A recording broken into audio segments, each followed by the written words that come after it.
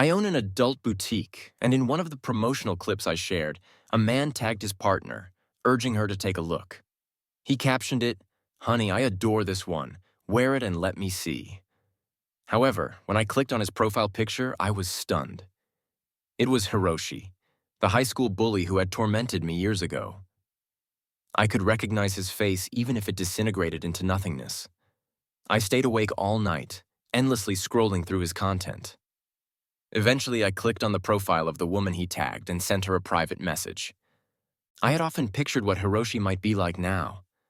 I once believed that karma would eventually catch up with him, leading him to a life of misery and struggle. But that wasn't the case. In his posts, one day he was lounging in a luxurious Maldives hotel costing thousands per night. The next, he was marveling at the northern lights in Iceland. The day after, he was speeding along the west coast in a sports car, racing beneath the sunset.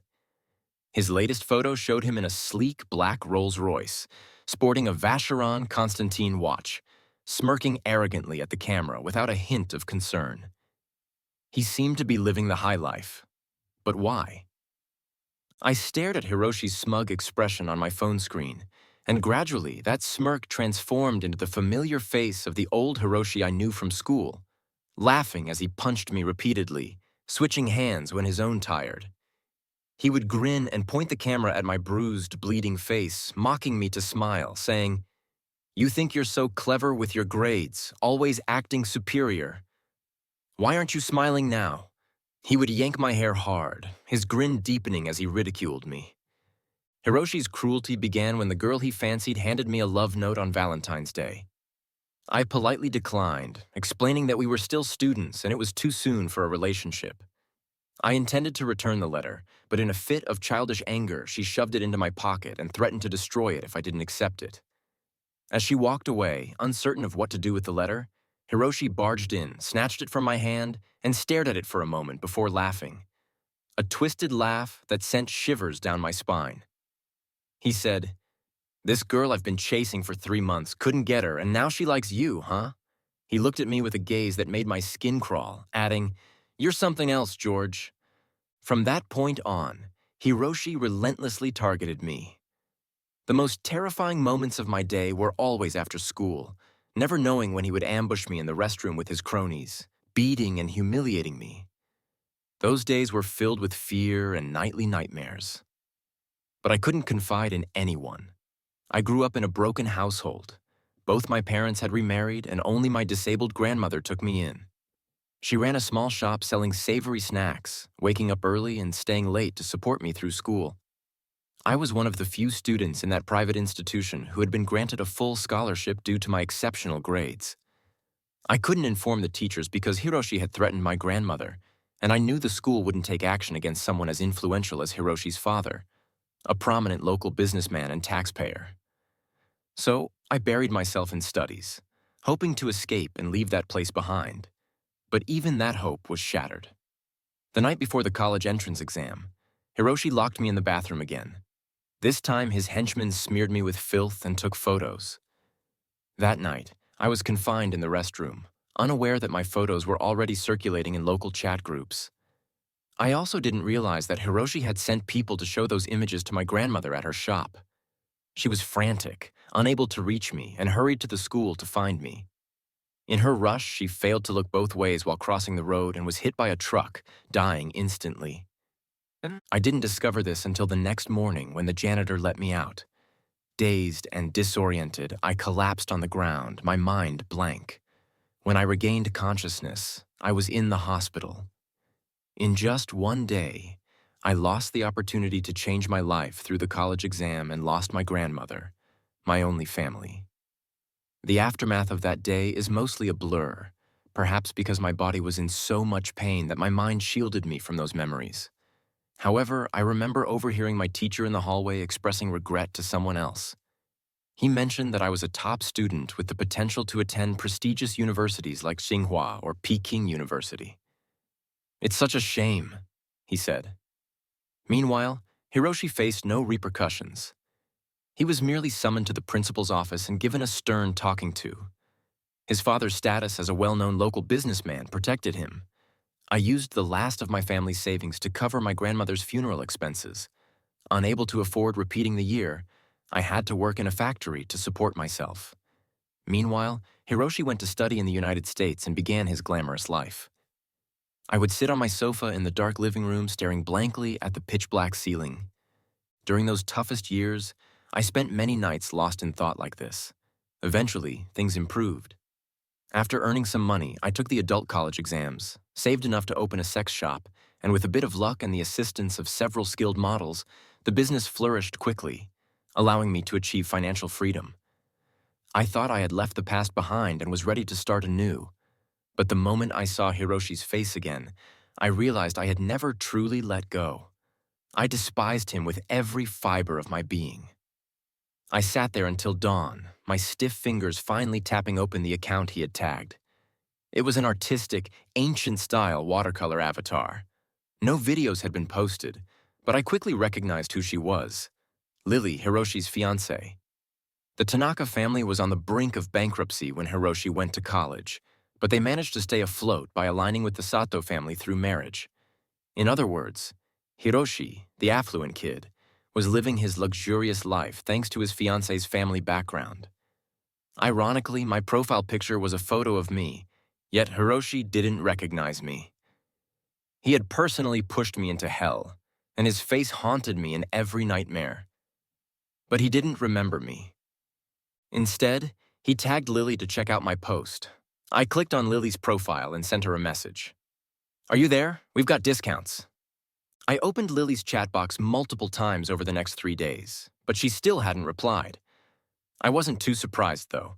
Based on the information I'd gathered about her, Lily seemed like an innocent girl. Besides, how many women would respond to messages from a stranger? Hiroshi's tag was probably just a casual joke.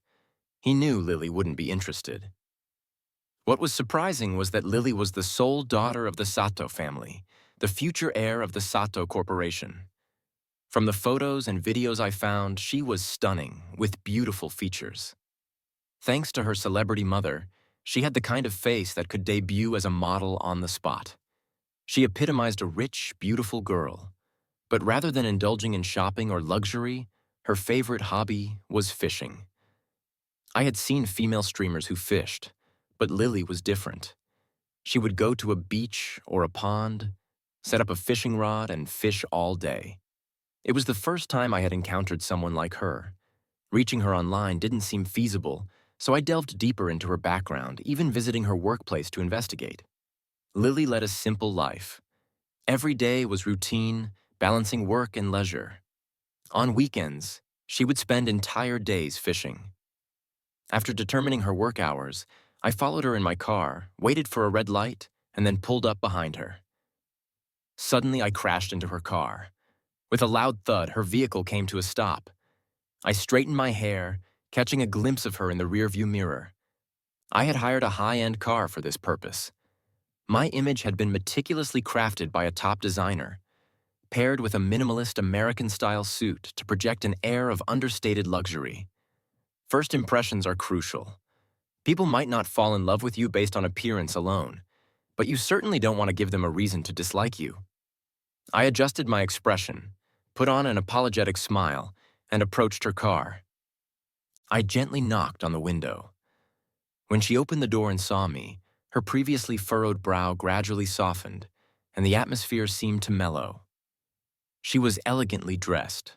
Her white blouse with French lantern sleeves highlighted her delicate collarbones, and her high-waisted skirt accentuated her long legs. Pearl tassel earrings made her features even more graceful and captivating. I apologized. "Sorry, my brakes were acting up. Are you okay?" Lily shook her head, then walked around the car to inspect the damage. She spoke softly. "It's not serious. Let's go through the insurance process." I nodded. "All right, let's move out of the way so we're not blocking traffic." We waited for the insurance company to arrive and completed the necessary procedures. Naturally, I took out my phone, opened a QR code, and handed it to her. "Let's add each other on WeChat.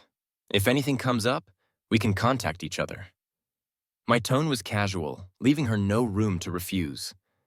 Lily paused for a moment before scanning my code. I lowered my head.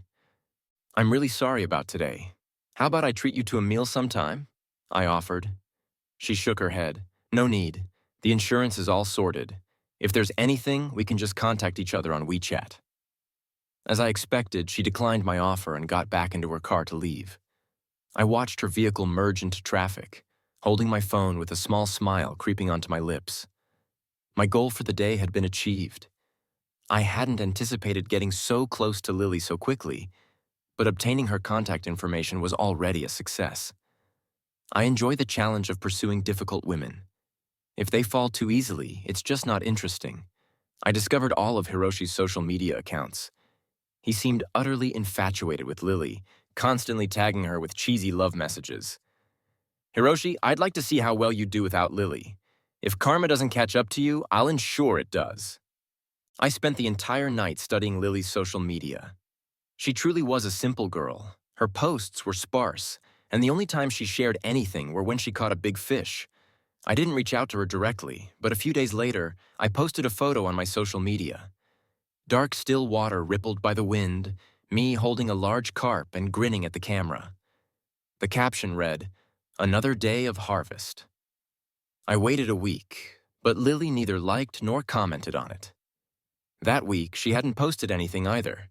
Clearly, she hadn't caught any fish. The following week, I posted again. This time, it was another big carp, even larger, at least 4 or 5 pounds. The caption said, "Caught a fish." She still didn't respond. The third week, I posted another photo with the caption, "Fish that can never be caught. Never ending." Then I went to sleep. The next morning, I checked my phone.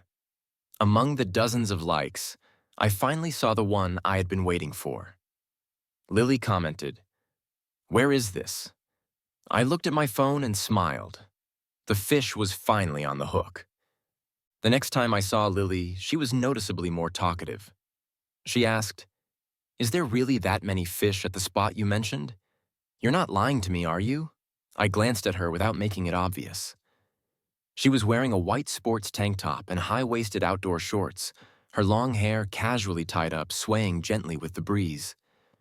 When she talked about something she was passionate about, her eyes sparkled a bit. It was a stark contrast to the cold, aloof look she usually displayed in fashion magazines. This time, she seemed more like a vibrant college girl. I nodded. "You'll see when you get there. I've been here many times, and I've never gone home empty-handed." The truth was, I wasn't a fishing enthusiast at all. I didn't even know how to fish. I had only recently started intensely studying it, all to catch Lily, my catch of the day. This fishing spot was one I had discovered after asking around and exploring on my own. When Lily first commented on my social media post, I didn't respond. Then, a day later, I posted another one and finally replied slowly, "On a mountain. A bit hard to find." She responded almost immediately. "Can you take me there next time? Thanks." I put my phone down, had dinner, and waited until I sensed she was getting impatient before replying, "Sure." Lily and I fished a few meters apart, both silently focused on our lines. We didn't talk much unless one of us caught a fish. I could tell when I hooked one. She was eager to come over and take a look, but would pretend not to care, glancing over nonchalantly instead. From what I knew, Lily was the type who had a cold exterior but was very genuine inside. She probably grew up with a silver spoon, and with her privileged background, she never needed to go out of her way to please anyone. People had always catered to her, so her world revolved around herself. But that self-centeredness was more habitual than anything else, likely because she didn't have many people to interact with. She was innocent and easy to read. Her emotions were always evident on her face. When dating someone like Lily, you can't be too forward. If you push too hard, she might just fly away like a frightened bird. After taking her to the spot once, I didn't contact her again, but made sure to learn her schedule. I'd hang around the area, ensuring we bumped into each other at least once a week, but waiting for a fish to bite was tedious. So after the third time, Lily started talking to me again. She asked, "How did you find this fishing spot?" I answered, "I've been to most of the nearby fishing locations and didn't find anything interesting. I came here once while hiking and thought it was good, so I decided to give it a try." Turns out I was right. When the conversation turned to fishing, Lily became much more talkative. She showed me a video of herself fishing for catfish in the Amazon River, and I was impressed. In return, I shared pictures of myself fishing for tuna in the ocean. Her eyes lit up, but then a hint of regret crossed her face as she said, "I've always wanted to fish for tuna, but work's been so busy that I never had the chance." She looked at me, her eyes wide, and said for the first time, "I didn't expect you to like fishing so much, and you're really good at it." The conversation flowed smoothly from there. We started discussing sports, music, movies, and books. To our surprise, we realized we shared many of the same interests.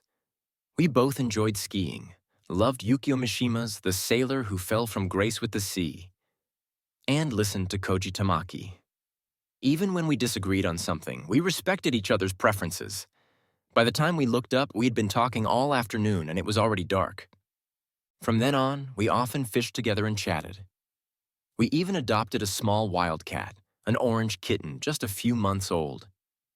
Every time we went fishing, it would obediently lie next to us, waiting for a fish. Sometimes, when we didn't catch anything, it would meow anxiously, urging us to hurry up. I named it Sunny, simply because it looked like a big orange. Every time I went, I'd bring it some treats. Lily seemed a little wary of it. Every time Sunny tried to nuzzle her, she'd shy away. She had a bit of a cleanliness obsession, worried about the cat's fur sticking to her. One evening, as we were saying goodbye, Lily asked me for the first time, "When are you coming next time?" I thought for a moment and said, "Work's been busy recently, so I'm not sure." A trace of disappointment flickered in her eyes, but she nodded lightly and didn't say more. I didn't go the following week, but the week after, I finally showed up. When she saw me, Lily didn't show much on her face, but she quickly moved her chair closer to mine. She asked, "Where have you been? Why haven't you been coming to fish?" I walked over and petted Sunny, who was lying on the ground, stretching and yawning. Its belly was rounder now, and its fur was glossy and smooth, looking well cared for. I asked, "Have you been feeding it these past few days?" Lily tilted her chin slightly, a teasing tone in her voice.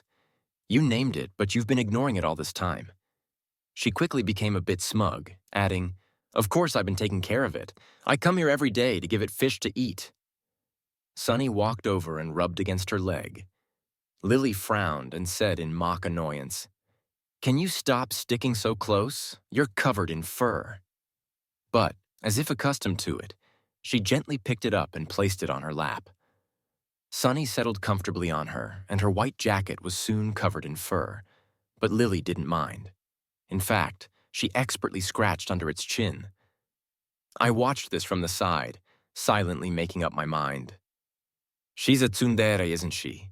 Beautiful, kind-hearted, and a bit of a tsundere. It'll be easy to handle her. I couldn't help but chuckle to myself, then grabbed my fishing rod. The next moment, I accidentally pricked my hand on the hook. I winced and squeezed my fingers, a drop of blood forming. Lily immediately set Sunny down and hurriedly grabbed a Band-Aid from the box. Her brow furrowed as she approached. "Why are you so careless?" she asked. As I reached out to take the Band-Aid, she gently spoke, "You're so careless." I held out my hand, smiling. "It's not a big deal. The cut will heal soon." But before I could finish, I looked up and met her gaze. She was pouting, and without realizing it, we found ourselves too close. We had moved much closer than before. The setting sun in the mountains cast a soft orange glow, gradually fading into blue. The wind was trapped in the valley, carrying damp air, and I could smell a faint lavender scent from Lily's skin. Subtle yet pleasant, whether it was her perfume or body wash. Her pupils were lighter than most people's, clear and pure, and at that moment, they reflected nothing but me. The wind blew her hair across my face, and we just stood there, staring at each other, until Sunny impatiently meowed in the background. We snapped back to reality simultaneously and quickly stepped back. She spun around, her back to me, crouching down to rub Sunny's belly. "Are you hungry? I'll feed you now." I laughed softly, and in the dim light, I saw her cheeks flush. From that day on, it seemed like we had developed some kind of unspoken understanding. When I went fishing, I'd ask her to join, and when she went, she'd invite me too. We went out at least twice a week, sometimes to the quiet mountains, sometimes to the vast sea, and sometimes to a private fishing ground I rented. But every time, it was just the two of us. Meanwhile, I kept an eye on Hiroshi's social media. His desperate displays of affection became fewer and fewer until he stopped posting altogether for several days. I watched coldly as he met his girlfriend in the best possible mood during the day. This mutual understanding between Lily and me, where we both knew what was happening but pretended otherwise, had been simmering for 2 months. I felt the time had come. That night, as she held Sunny, I suddenly asked, "Lily, do you have a boyfriend?" Hiroshi posted on social media again, but this time it wasn't a cheesy love confession aimed at Lily. Instead, it read, "Someone actually dares to hit on my woman. Don't let me find out who you are." I leaned against the window, took a puff of smoke, and smirked. It looked like they had an argument. Hiroshi and Lily's relationship always seemed one-sided, with him doing all the chasing. From Lily's blog back when she was studying abroad to her current social media posts, there wasn't a single mention of Hiroshi. What was already a one-sided relationship now had me as the third wheel, and it was starting to become unstable. Lily didn't respond to my question that day, but we both knew what her silence meant. Neither of us said anything. We quickly packed up our rods and went home, but I knew Lily was upset. I couldn't predict whether things would get better or worse. Maybe she didn't like Hiroshi, but the Sato and Tanaka families had been closely linked for many years, and the idea of an arranged marriage wasn't something to take lightly. She might have feelings for me, but how much? Would she be willing to go against her parents' wishes? Sure enough, later that day, Lily sent me a message on WeChat. She wrote, "I won't be fishing anymore. Thank you for keeping me company these past few days." And she meant it. She really stopped showing up. I continued going to various fishing spots, but it was as if she was deliberately avoiding me. She didn't appear again. Sunny was also gone. I considered adopting her, but after searching the area thoroughly, I couldn't find her anywhere. The only thing that changed was Lily's profile picture. It was of an orange cat lazily lying on a carpet, yawning. I zoomed in and looked closely. It was Sunny. I was speechless. Half a month later, I posted a picture on my social media. It was a shot of me with 2 girls holding fish. Both girls were tall and curvy, their white tank tops tight and revealing. I had one arm around each of them, smiling brightly. These were models I had hired, paying them 2,000 won a day. Fishing is all about skill. Simply baiting the hook won't catch you anything. The next day, when I went back to that pond, I felt a chill in the air. I turned around and saw Lily sitting silently beside me. Her expression was cold as she cast her line without a word, but she didn't even put any bait on her hook. We sat there in silence for a while until she finally spoke.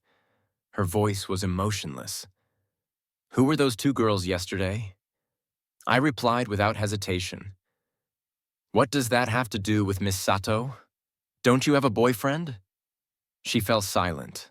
For the next half hour, I was catching fish one after another while Lily didn't hook a single one. She seemed to have forgotten to put any bait on her line, sitting there sulking and lost in her thoughts. I stood up to cast again, and the next second, my hook caught her skirt. I was speechless. Lily glared at me, furious.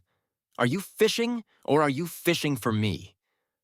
I hurried over to reel it in, trying to unhook the line, but my hasty movements caused her skirt to lift slightly, exposing a pale leg.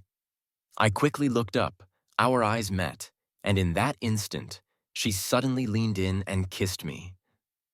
It wasn't a romantic scene at all. Around us, there were only the 2 of us, awkward fishermen and the fish swimming below, and the kiss was anything but elegant. Rather than a kiss, it felt like a battle. She wrapped her arms around my neck, rising on her toes, while I pulled her closer by the back of her head, deepening the kiss. I didn't know how long it lasted. Only when she started gasping for air and slapped my shoulder did I finally release her. I lowered my gaze and said, "Lily, I'm not interested in stealing someone else's girlfriend." Her eyes turned crimson, and it took her a while to catch her breath. She nodded and whispered, "I know. I don't know how to explain this to you, but I want you to know that I'm not doing this willingly. My family is forcing me into this. I don't like him. Please give me some time." "Okay, I'll break up with him," I replied. That night, I checked Hiroshi's social media again. He hadn't posted anything, but I knew deep down he wasn't doing well. Sure enough, later that night, he posted several frantic updates, the last one simply reading, "Wait for it. I'm not going down without a fight."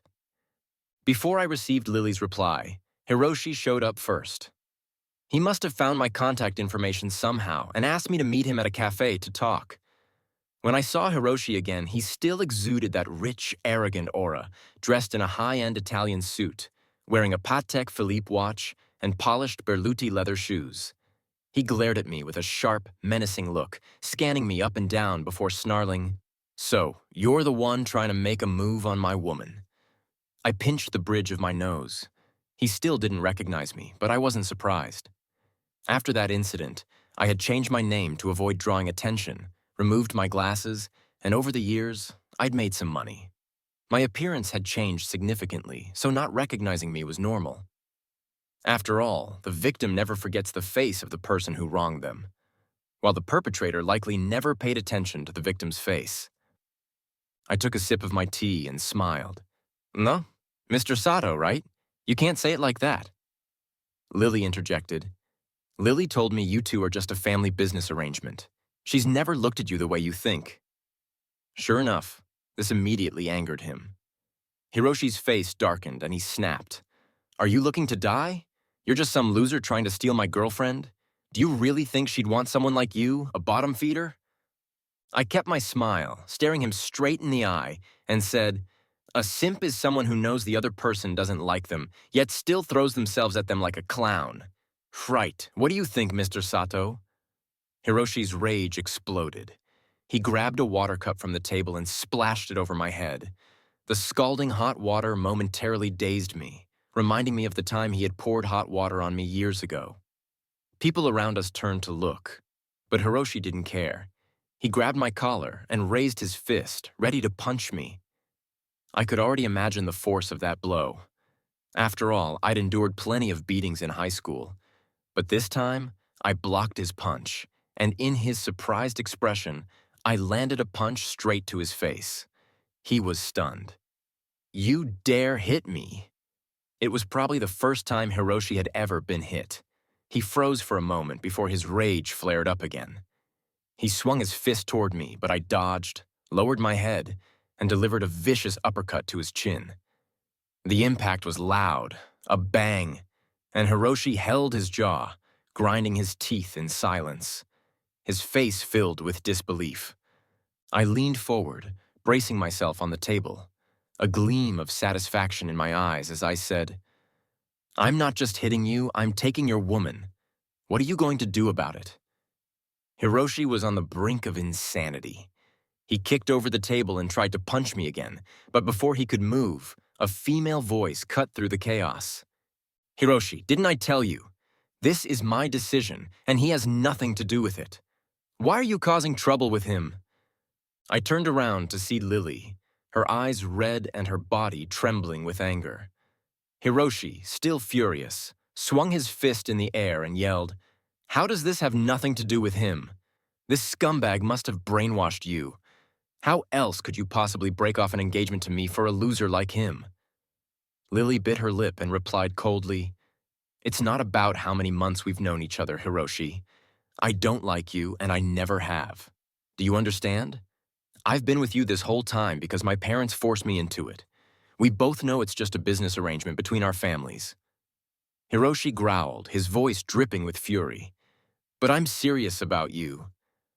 His face turned red, veins bulging on his forehead, his expression twisted with anger as he lost his composure. "It's all your fault, you bastard. I'll kill you." He was so accustomed to being dominant that even in front of Lily he couldn't maintain his facade. He threw a punch at me, and this time I didn't dodge. His fist grazed my cheek, and I staggered back a few steps. Seeing this, Lily pushed Hiroshi away angrily, shouting, "Stop it!" Hiroshi, staring at her in disbelief, growled, "Lily, how could you treat me like this?" But Lily didn't care about Hiroshi's emotional breakdown. She rushed over to me, holding my arm and checking me over. "Are you okay? You didn't get hurt, did you?" I shook my head, reassuring her as I hugged her and patted her shoulder. "I'm fine," I said, then gave Hiroshi a smirk behind her back, raising an eyebrow.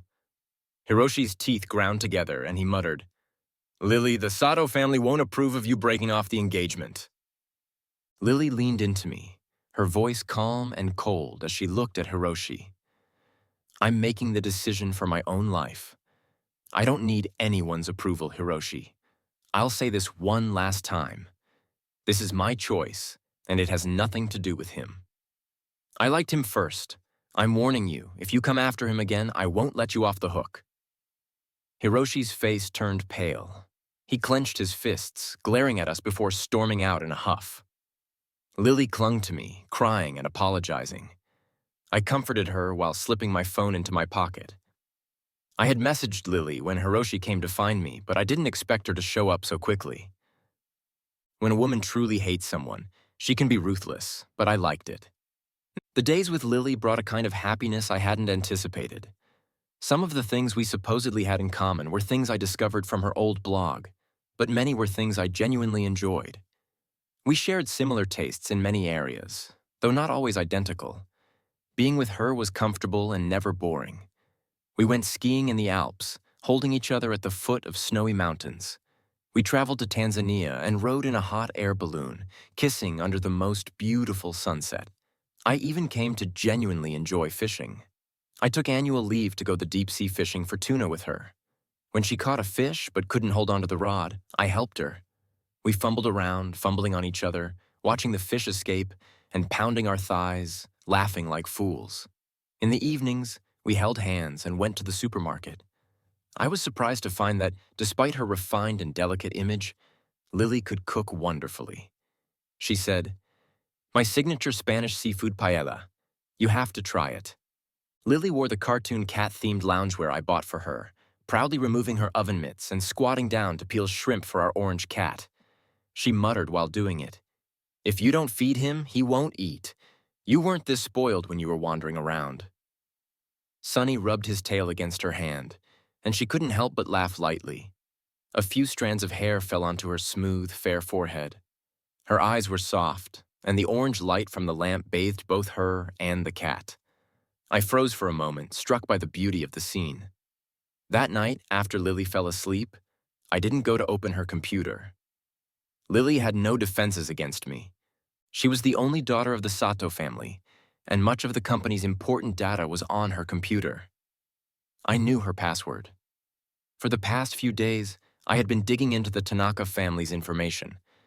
The Tanaka and Sato families had been cooperating for years, and I didn't believe the Sato family had no dirt on the Tanaka family. Just as I expected, I found some clues about the Tanaka family's tax evasion and even discovered they were moving illegal assets overseas. However, I hadn't yet found concrete evidence, but today I hesitated. Lily was truly a great person. The Tanaka and Sato families had been intertwined for years, and if I brought down the Tanaka family, the Sato family would definitely be affected too. I found myself hesitating. I had always believed I was just using Lily, but after spending time with her, I couldn't tell if I truly liked her or not. She was so sincere with me. She even ignored her family's advice and decisively broke off her engagement to Hiroshi for me. Falling for a girl like her was far too easy. I knew that once I took action against the Tanaka family, our relationship would never be the same. Lily was so pure and innocent. If she found out I had deceived her, she would probably be heartbroken. She might hate me for the rest of her life. But should I just sit idly by and watch Hiroshi live a smooth and comfortable life? Without Lily, he still had the Tanaka family. He would never suffer. I lay there staring at the ceiling, unable to sleep all night until the morning light crept in. A ray of sunshine slipped through the thick curtains and into my eyes. I squinted and Lily stirred beside me, snuggled into my arms, and sweetly said, Good morning, hubby. Then she petted Sunny, who was lying on her head, and said, Good morning, too. Sunny stretched and yawned loudly, then lazily extended his body, his paws splayed out. After a long silence, I asked, Lily, if you had to say, what's the one thing about us being together that you couldn't accept? Lily, still not wanting to get up, closed her eyes, her voice hoarse from just waking up. After a long pause, she replied, The one thing I couldn't accept would be if you lied to me, if you betrayed my trust. When the doorbell rang, I thought it was Lily. I grabbed Sunny and went to open the door, speaking as I opened it. Sunny is being so troublesome today. I think he might be in heat and needs his balls chopped off. But the next second, I froze in place. Standing at the door was Hiroshi, holding Lily by the shoulder. Lily pushed his hand away and looked directly at me, her eyes cold, no longer the gentle warmth she used to show. A jolt ran through me, and I unconsciously loosened my grip, causing Sunny to dart out of my hands with a meow. Hiroshi sneered and said, George, or should I call you David? He shook a file in his hand, and I could make out my photo inside. I know you look familiar, he said with a mocking grin. So it's you, the useless coward, always pretending to be someone you're not. Even changed your name. He pulled Lily closer, placing his arm around her shoulder as he continued. See, Lily, I told you he was just using you to get back at me. Only I'm truly sincere with you. Lily fixed her gaze on me. The light outside was fading, and I couldn't make out her expression clearly against the backlight. All I could see were the vague outlines of her figure. She spoke softly. My dad had someone check. My computer has been tampered with. The files in the cabinet have been touched too. You said you liked Yukio Mishima's books, that you liked skiing. Those were things I posted during my university days. I asked the fishing place's owner, and before these past few months, you'd never gone fishing. David. No. George. Tell me, was that a coincidence? In that moment, I knew there was nothing left for me to say. I stared at her for a long time, tugged at my lips, and gave a bitter smile. I thought this day would come when I'd be exposed. I just didn't expect it to be this soon. Lily, it's no coincidence. I got close to you to take revenge on Hiroshi. But I'm willing to face the consequences. Now that he's figured it out, there's nothing more to say. Hiroshi laughed. George, trash is trash. No matter how many years pass, it'll never amount to anything. He walked up to me and slapped my face, saying, You think I'll face retribution? People like you, from the lower class, don't even count as human. You're just wasting air. The fact that you can be a tool to please me means you've served your purpose. You should thank me. You want to take revenge on me. He grinned wickedly. Maybe in your next life. It had only been 2 months, but somehow, my things were already scattered around her home. The summer slippers I bought for Lily, the cozy winter slippers she had ready for us, one white and one gray, placed next to each other. The pink and blue couple mugs with a heart in the middle that I had once mocked as cheesy. After I took one, the other remained broken and lonely.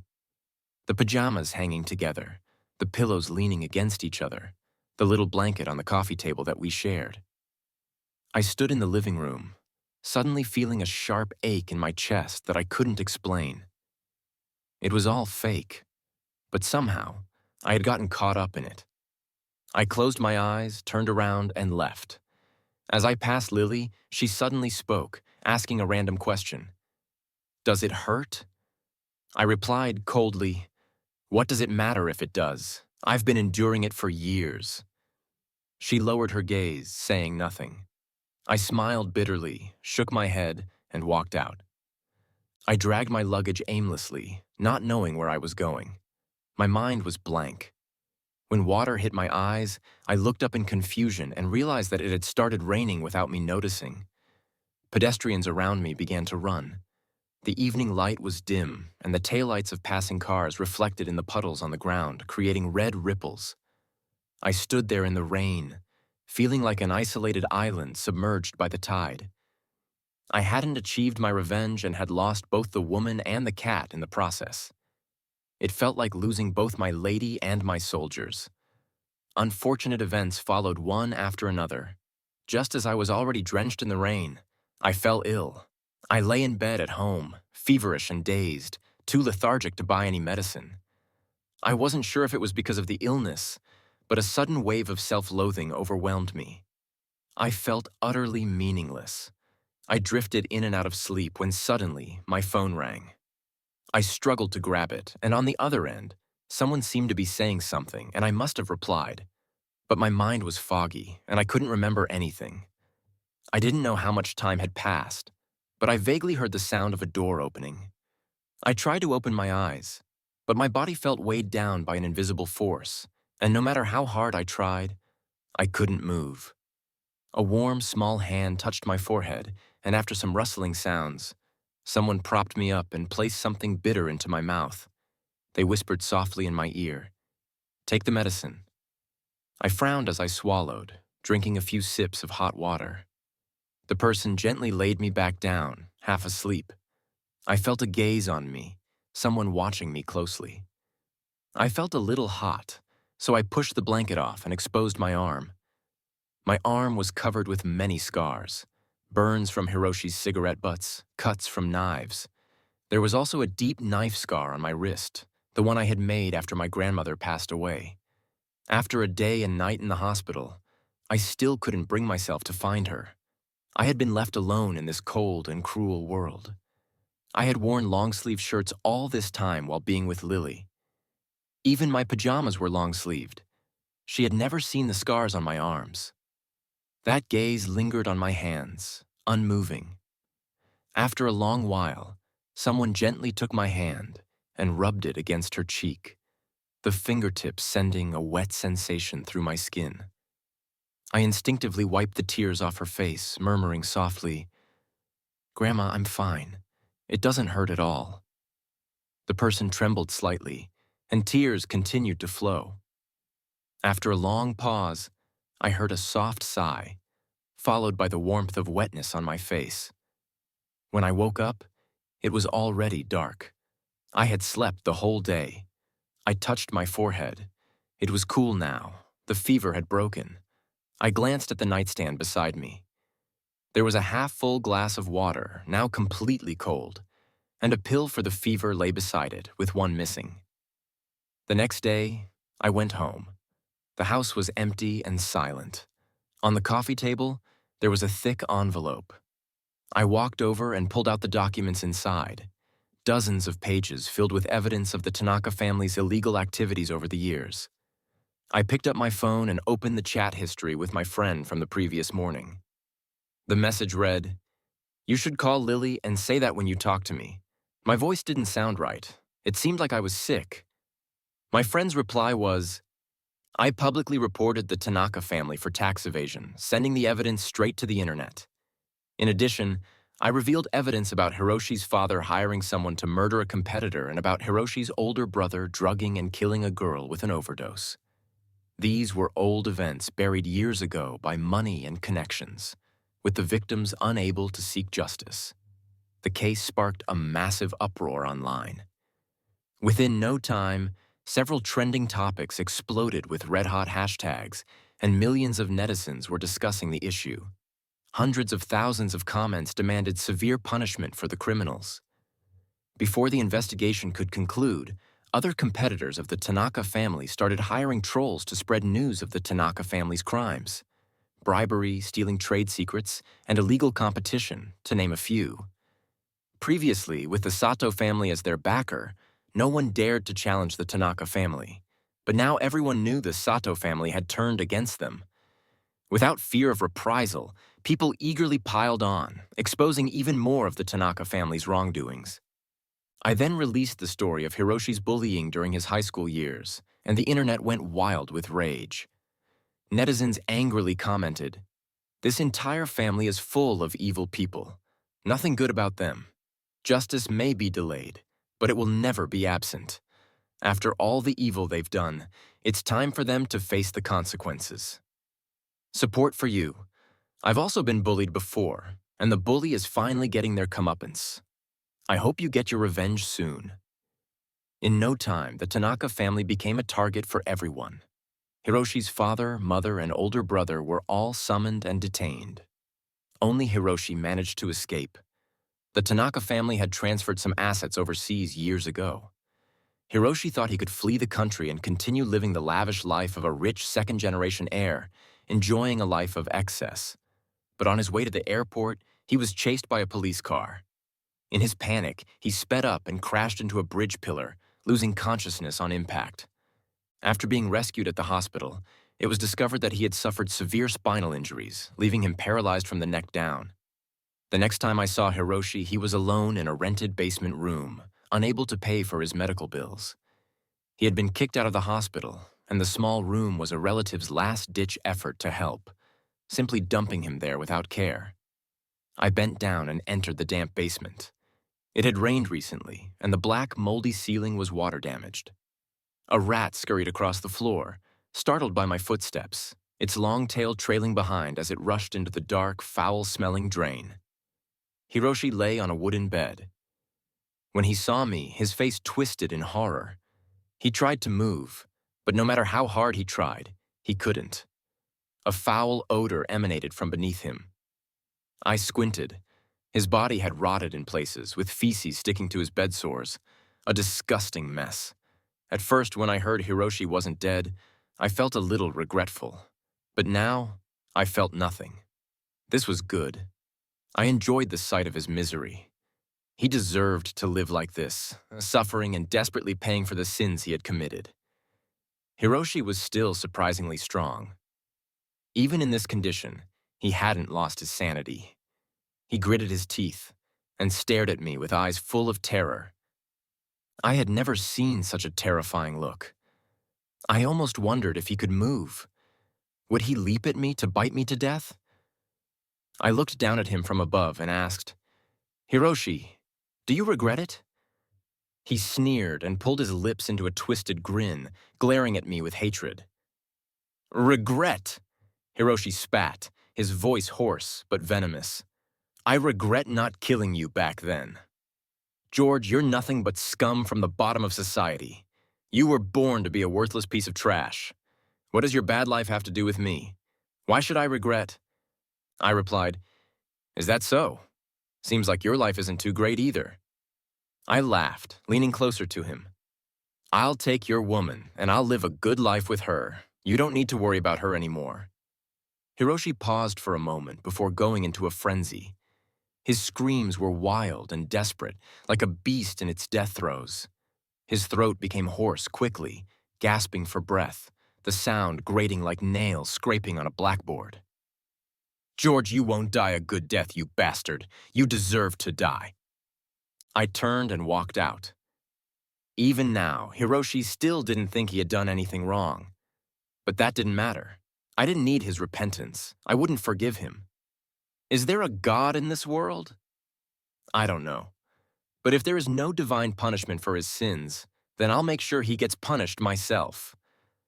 I raised my hand, and the sunlight filtered through my fingers, landing on my face and cutting off the damp, dark shadows behind me. The rainy season when I was 17 was now finally over. The sky was clear. The Sato family must have been preparing to sever ties with the Tanaka family in advance. The recent scandal surrounding the Tanaka family did affect the Sato family to some extent, but the impact wasn't severe. Since Lily handed over those documents to me, she never contacted me again. She completely disappeared from my life, and we have no further connection. Everything felt like a dream now that I had woken up. She had left no trace behind except for fishing. I developed a habit of fishing, going whenever I had nothing else to do. When I was fishing, I could completely calm down, and my chaotic thoughts gradually settled. I still liked going to the pond where Lily and I used to go. But this time, I unexpectedly saw a familiar figure. Lily was there. My feelings were complicated. I didn't know whether to approach her, but she didn't seem to notice me at all. Her gaze was fixed on the bobber without moving. I shook my head and couldn't help but laugh at myself. Sitting down at a distance from her, what was I even thinking? After all the lies I had told her, the fact that she was still willing to help me was already her last act of kindness. How could I expect this girl, whom I had hurt so much, to still like me. Today, the fish weren't biting, and I was a mess inside, lost in thought. I sat there for ages without catching anything, just as I was thinking of making one last cast before leaving. The next second, the hook caught Lily's skirt. We looked at each other, both feeling extremely awkward. I quickly walked over to reel in the line and free the hook, but in the process, I accidentally lifted the hem of her skirt slightly, revealing a section of her pale leg. Lily coldly said, "George, using the same trick twice isn't interesting." She untangled the hook and turned to leave. I grabbed her and pulled her back. She tried to push me away, but I refused to let go. The two of us lost our balance and fell to the ground. Lily glared up at me, biting her lip in annoyance. "What are you doing? Let go." I firmly shook my head and refused. "Not a chance, Lily." I had to say something. She looked at me with hatred in her eyes, but after a long pause, she suddenly turned her head away, her body tensing for a moment before relaxing as if all the tension had drained away. It was the first time I heard her curse. She muttered, "Bastard." I sighed, rolled up my sleeves, and continued. Hiroshi burned me with hot water in middle school, put out his cigarette on my skin, took photos of me, and caused my grandmother's tragic death. I hated him so much and never stopped wanting revenge. After that, I hesitated. You can't forgive me. You can curse me, but I really like you. I've never lied to you about that. When Lily saw the scars on my body, tears filled her eyes. She gently traced her fingers over the scars on my arm and sighed as if giving up. You always do this to me. You always pull this move. You know I'm worried about you, so you make me see this. I'm really so angry. You liar. You think I'm easy to fool, tricking me over and over again. I lowered my head, cupping her face in my hands and asking, "Then will you forgive me?" The wind under the setting sun rustled the leaves, and the distant mountains parted to reveal a pale white moon. She stood on tiptoe and kissed my lips. She whispered, "I give in, but if you're going to lie again, make sure it's for a lifetime, not far away." A fish bit the hook, but no one was holding the rod. The fish quickly finished the bait and escaped. I smiled. It didn't matter because the biggest catch, the one I really wanted, had already been landed.